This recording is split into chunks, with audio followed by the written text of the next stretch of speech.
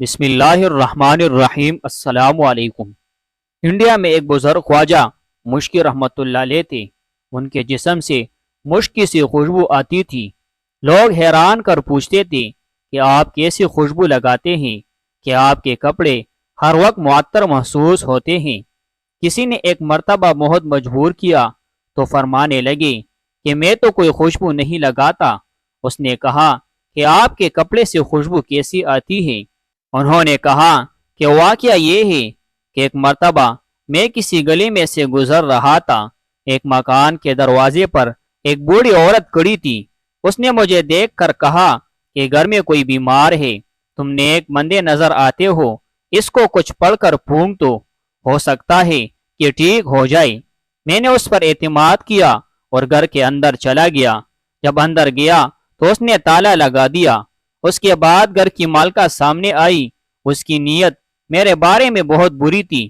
وہ کہنے لگی کہ میں روزانہ تجھے گزرتے ہوئے دیکھتی تھی، میرے دل میں برائی کا خیال پیدا ہوتا تھا، چنانچہ میں نے آج تجھے اس بوڑھی عورت کے ذریعے گھر بلایا ہے، لہٰذا اب میں گناہ کرنا چاہتی ہوں۔ جب اس نے نیت کا اظہار کیا تو میں بہت پریشان ہوا۔ میں نے اس کا مطالبہ ماننے سے انکار کر دیا اور باہر نکلنے کی بہت کوشش کی، لیکن وہ کہنے لگی کہ اب تالا لگ چکا ہے، اگر نہیں مانو گے تو میں شور مچاؤں گی اور بہتان لگا کر سنسار کرواؤں گی۔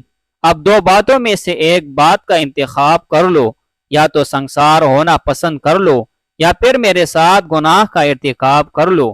اس کی یہ بات سن کر میں بہت پریشان ہوا۔ بالآخر اللہ تعالیٰ نے میرے ذہن میں تجویز ڈالی تو میں نے اس سے کہا کہ مجھے بیت الخلاء میں جانے کی ضرورت ہے، لہٰذا میں فارغ ہو کر تم سے بات کروں گا۔ اس عورت نے سوچا کہ چلو آمادہ تو ہو گیا ہے، تاہم اس نے مجھے بیت الخلاء کی جگہ دکھا دی۔ میں وہاں گیا تو مجھے بیت الخلاء میں جو گندگی اور نجاست نظر آئی، میں نے اسے اپنے ہاتھوں سے اپنے جسم پر اور اپنے کپڑوں پر مل لیا۔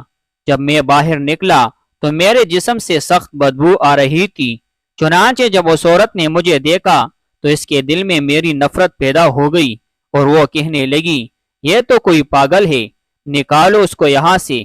یوں میں اپنا ایمان بچا کر اس گھر سے نکل آیا۔ اس کے بعد مجھے پریشانی ہوئی کہ میرے بدن اور کپڑوں سے لوگوں کو بدبو آئے گی، لہٰذا میں جلدی سے غسل خانے میں پہنچا اور میں نے اپنے بدن اور کپڑوں کو دھویا اور پاک کیا۔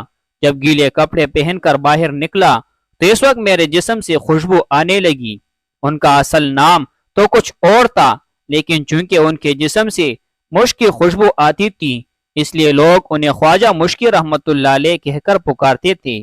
تو ایک موٹی سی بات ذہن نشین کر لینی چاہیے کہ نیکی سے جسم سے خوشبو آتی ہے اور گناہ سے جسم سے بدبو آتی ہے۔